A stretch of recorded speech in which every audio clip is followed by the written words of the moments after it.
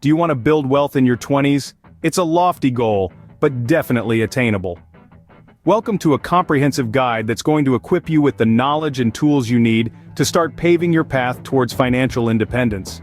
We're going to dive deep into various topics, each one crucial in its own right.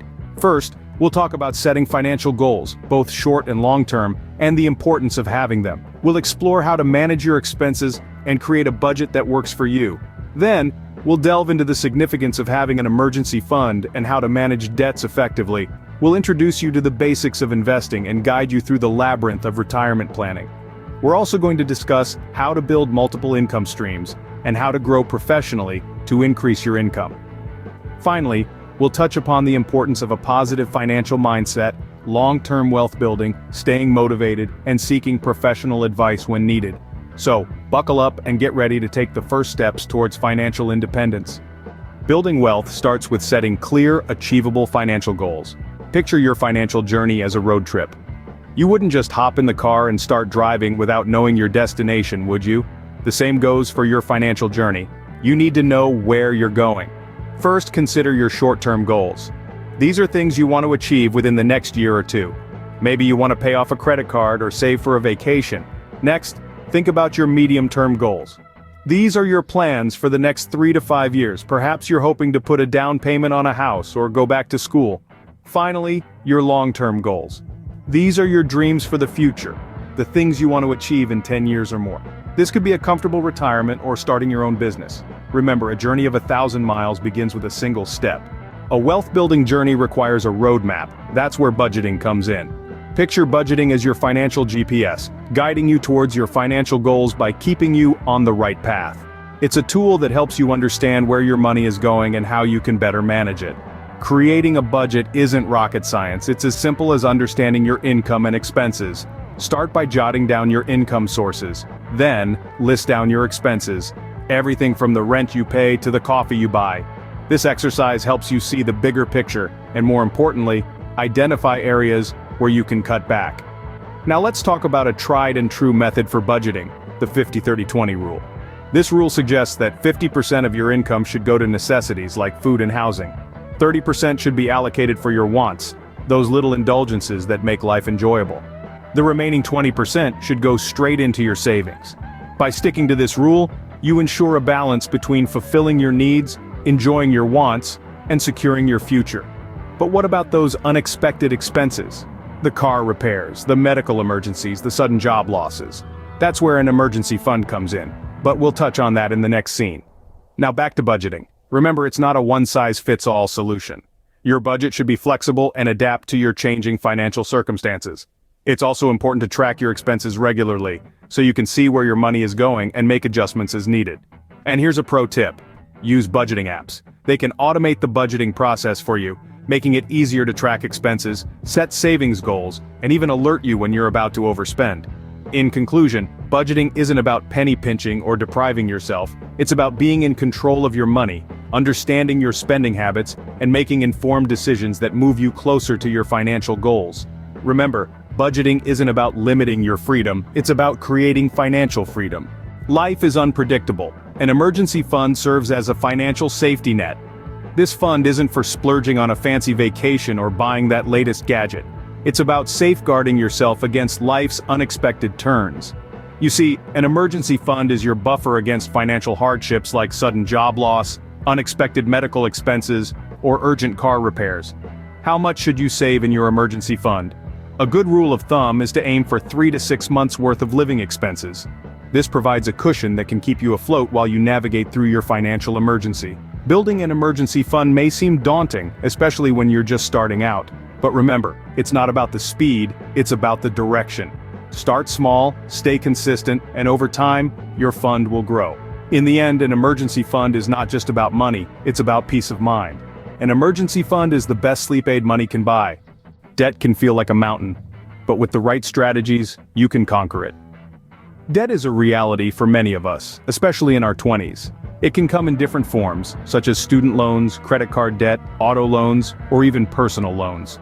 Each type of debt has its own set of rules and interest rates. But don't let these differences intimidate you. The key is to understand the nature of your debt and formulate a plan to tackle it. One strategy is the avalanche method. Imagine your debts as a series of mountains, with the highest peak being the debt with the highest interest rate. In the avalanche method, you focus on paying off this highest interest debt first, while making minimum payments on the others. Once that's paid off, you move on to the next highest interest debt, and so on, until you've cleared all your debts. This method can save you a significant amount in interest over time. But perhaps the snowball method is more your style. Here, you start with the smallest debt, regardless of the interest rate, and pay it off first. Then you roll that payment into the next smallest debt, and so on. The snowball method gives you quick wins, which can provide a psychological boost and motivate you to keep going. Regardless of the method you choose, consistency is crucial. Regular, timely payments not only reduce your debt, but also help improve your credit score, which can open doors to more favorable financial opportunities in the future. And remember, while it's important to pay off debt, it's equally crucial to avoid accumulating new debt. Try to live within your means, and if you use credit cards, aim to pay off your balance in full every month. Finally, don't hesitate to seek professional advice if you're feeling overwhelmed. There are many resources out there, from financial counselors to debt management programs, that can help you navigate your way out of debt. Remember, debt is not a life sentence. You can break free. Investing might seem intimidating, but it's a crucial component of wealth building. Now let's break down the basics of investing. It's essentially the act of putting your money to work in various types of financial ventures, with the expectation that your money will grow over time. The most common types of investments include stocks, bonds, mutual funds, and exchange-traded funds, or ETFs. Stocks represent ownership in a company and can provide high returns, but also come with higher risk. Bonds, on the other hand, are essentially loans you give to a company or government, offering more stability but lower returns. Mutual funds and ETFs are collections of stocks, bonds, and other assets, allowing you to diversify your investments without the need to buy each one individually.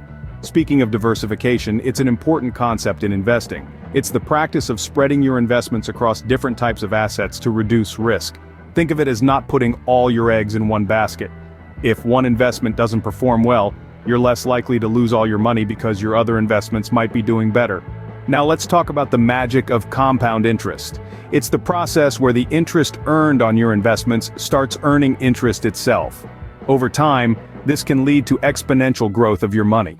The earlier you start investing, the more time your money has to grow, which is why starting in your 20s can give you a significant advantage. Risk tolerance is another key aspect of investing. It's the degree of variability in investment returns that an investor is willing to withstand. Your risk tolerance may depend on your financial goals, timeline, and personal comfort with uncertainty. Remember, the best time to start investing was yesterday. The second best time is now. It might seem challenging at first, but with time, patience, and continuous learning, you'll get the hang of it. And remember, investing isn't about getting rich quick. It's about building wealth over the long term. You're in your 20s. Retirement might seem a long way off, but it's never too early to start planning. The sooner you begin, the more time your money has to grow, thanks to the magic of compound interest. Imagine sipping margaritas on a beach instead of worrying about bills in your golden years. That's the power of early retirement planning. Now let's talk about the tools of the trade. You've probably heard of 401(k)s, individual retirement accounts or IRAs, and Roth IRAs. These are retirement savings accounts that offer tax advantages to inspire you to save for retirement. If your employer offers a 401(k) with matching contributions, grab it. It's essentially free money. Remember, the goal isn't merely to hit a certain age and stop working. It's about reaching financial independence, where you have enough savings and investments to live comfortably without a paycheck. Retirement planning isn't about age, it's about financial independence. Why rely on one income stream when you can have multiple? This is a question that can change your financial game. Let's dive into the world of side hustles, freelance opportunities, and passive income streams. Side hustles are all about leveraging your skills or passions outside your regular job. Maybe you are a whiz at graphic design, a master baker, or have a knack for social media marketing. Whatever your talent, there's likely a market for it. Starting a side hustle can not only supplement your income, but also provide a creative outlet. And who knows? What starts as a side gig could blossom into a full-fledged business down the line. Freelance opportunities, on the other hand, offer flexibility and control over your work. You choose the projects you want to work on and set your rates. Websites like Upwork, Fiverr, and Freelancer are platforms where you can offer your skills to a global audience. It could be anything from writing and editing to coding and consulting. The key is to identify what you're good at and how you can monetize it. Now let's talk about passive income streams. This is income that requires little to no daily effort to maintain, like earning dividends from stocks, receiving rent from properties, or making money from an online business. It might require an initial investment of time or money, but once set up, these income streams can bring in money while you sleep.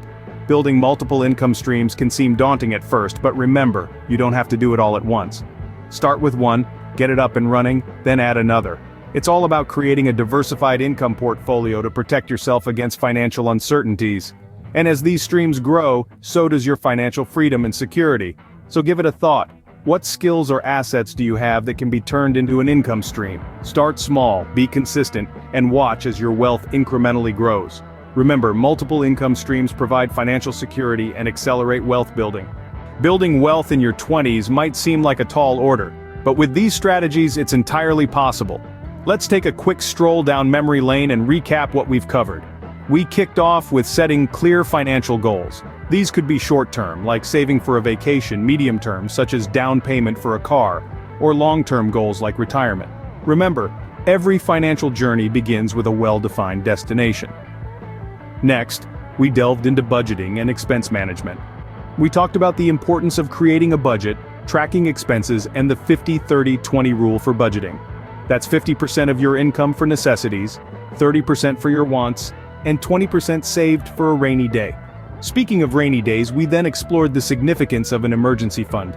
We discussed that it's wise to save 3 to 6 months worth of expenses, just in case life throws a curveball. From there, we navigated the world of debt management, understanding different types of debt and effective strategies for paying them off, like the avalanche and snowball methods. We then embarked on the exciting journey of investing basics, introducing you to stocks, bonds, mutual funds, and ETFs. We emphasized the power of compound interest and the importance of starting early, risk tolerance, and diversification. Retirement planning was our next stop. We discussed starting retirement savings early, the different types of retirement accounts, and the benefits of employer matching contributions. We also visited the realm of building multiple income streams, exploring side hustles, freelance opportunities, and passive income streams like dividends and rental properties.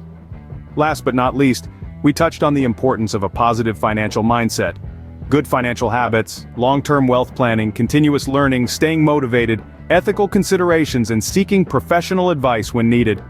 Remember, the journey of building wealth is a marathon, not a sprint. Stay patient, stay consistent, and you will see results.